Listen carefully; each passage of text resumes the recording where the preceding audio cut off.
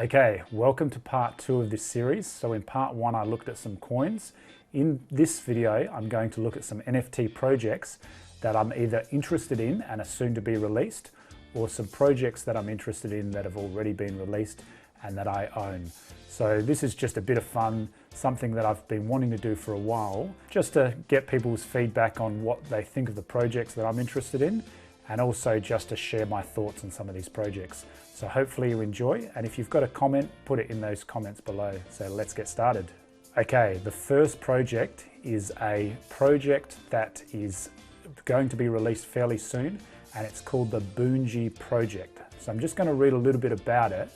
It says it's a collection of generative avatar NFTs created by the world famous artist Brendan Murphy.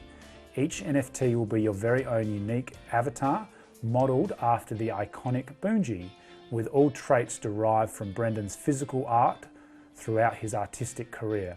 Now, who's Brendan Murphy? So he was an ex-basketballer turned artist, and he has some really unique artwork, ranging from large sculptures to chalkboard artwork. And it's really experimental, but I think it has a fair bit of universal appeal. His work's been in galleries worldwide. It's owned by a number of celebrities, including Novak Djokovic, Serena Williams, Steph Curry, Warren Buffett, Robert De Niro, Ryan Gosling, just to name a few. So he's big time. Like, this is a big legit artist. Now, with the actual NFT project, it's going to have real life utility, where you can go to visit his studio. You can win a real life tour of that studio, and also some of his art that he's created. So those physical sculptures or pieces of artwork, which is really cool. Why am I excited by this project? A little bit later in the video, I'm going to talk about a project that I currently own called Damien Hirst, the Currency. And I've been looking for similar projects to that for a fairly long time. And this Boonji project is probably the first project I've found that's very much like that. And if you don't know Damien Hirst, as I said, I'll talk about it a little bit later, but in my mind, it's probably the best art NFT project on the planet. And I think Boonji is ticks some similar boxes to that Damien Hirst project. So I actually like the artwork on this Boonji a little bit more than the Damien Hirst. So the team behind the project has been really trying to keep a community focus, and this is evident in their whitelisting strategy, which is all about community involvement.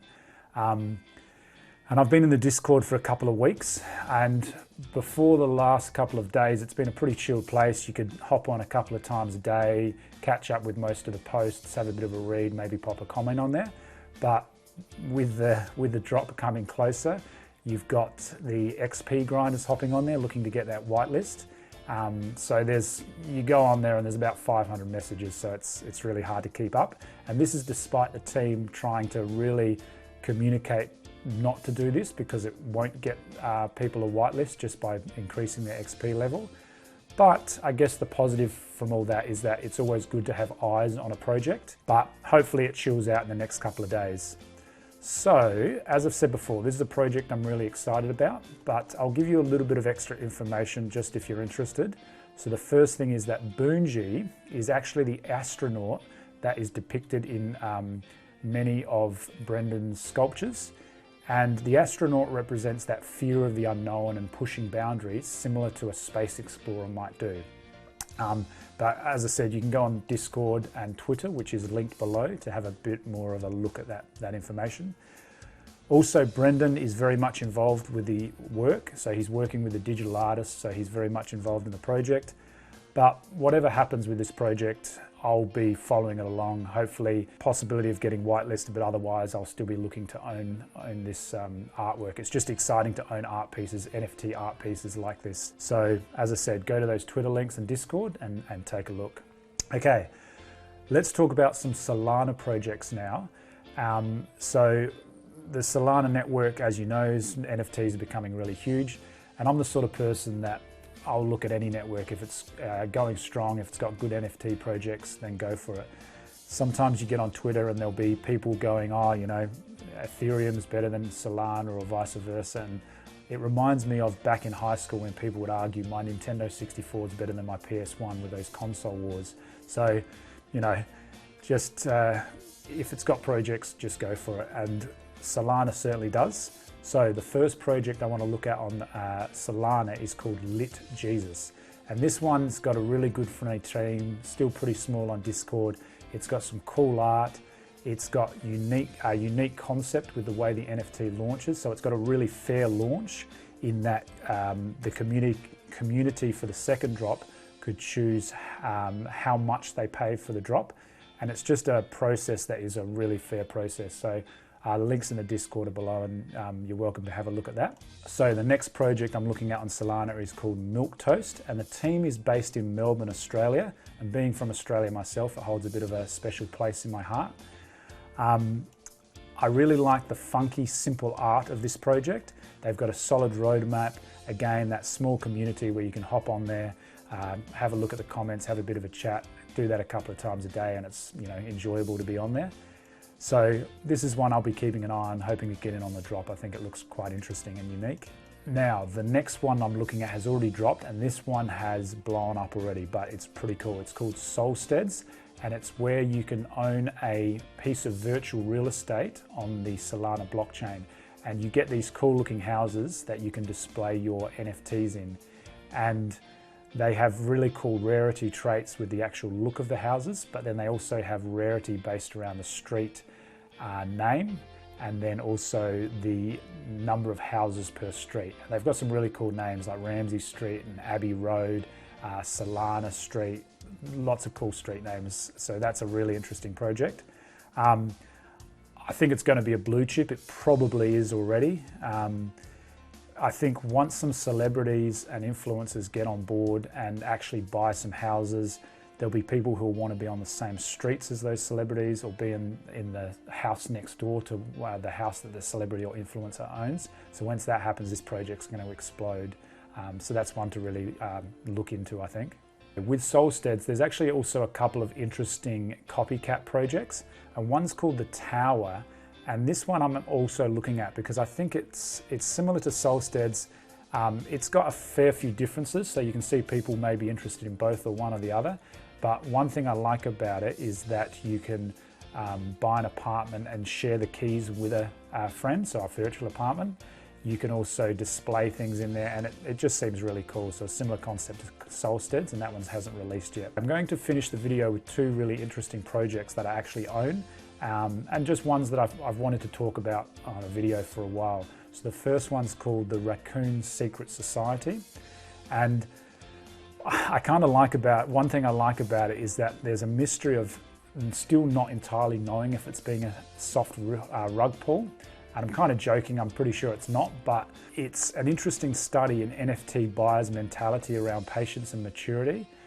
So some people like me love the trolling and unorthodox approach from the team, while others just probably lose patience and move on to the next flip. So why am I saying all this? If you haven't heard of this project before, what happened was they released some really nice profile pic art. They seemed to then deliberately troll the community where they weren't really communicating much, and if they did, it was kind of minimal communication. Then they seemed to do a fake rug pull by turning the raccoons into bones. And this was, the Discord went crazy over it. Some people loved it, some people thought it was a rug pull. But then the team came out and explained that the reason they did that was to send the message that it's easy for the NFT creator to change the picture of an NFT. So they were trying to sort of send a cool message around, do we actually own that NFT if the creator has that much power to change it? So that was really cool, I thought. Then the team gave lots of communication. There was lots of excitement around the project. You could turn your angel raccoons into super angels. Then after a few weeks, they resurrected the raccoons' bones as zombies. And that, again, the artwork's pretty interesting. They're currently working on making a comic book. But overall, there hasn't been that much communication from the team. So what can we learn from this project, or what do I find interesting about it? I think what it says is that social media is so important, and also placating your community, because there'll be a lot of people that don't like weird and they'll hop off, or they'll get frustrated. So weird can backfire.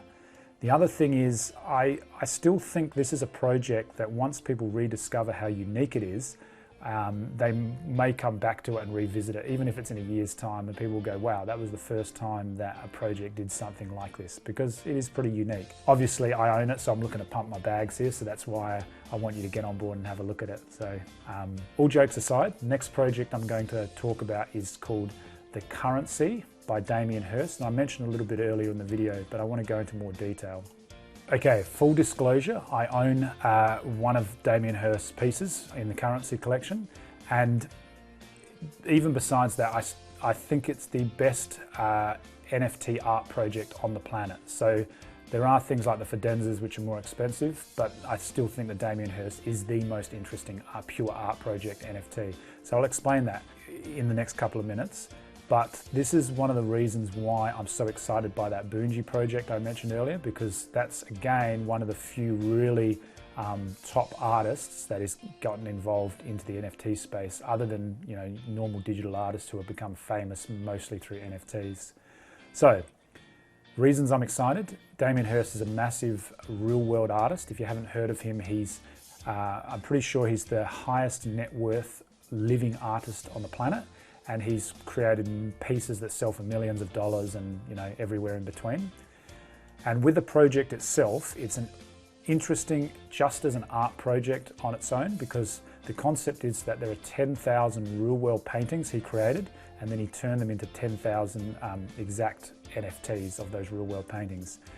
So the holder of one of those NFTs has approximately a year to decide whether to keep the NFT or to keep the real world, swap it for the real world artwork.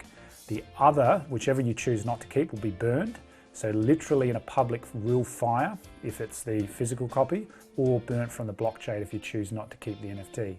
Now this is a really tough decision, as owning a physical Damien Hirst would be amazing, but an NFT is the future of art.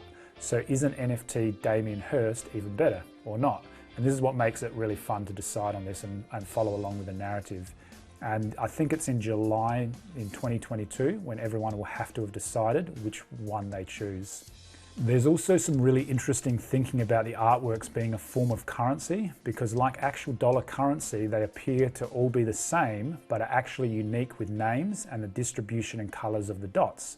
Similar in the way that a banknote has a unique identifier, even though we see them as all being the same. And this is that, I guess, comparison to NFTs being non-fungible, where they can't be copied, and a banknote we see as something that is fungible, whereas actually, I guess Damien Hirst is arguing maybe it non-fungible because of its unique identifiers. Anyway, I'm getting carried away. But like I said, like that Boonji, this is a real life artist with a really great project.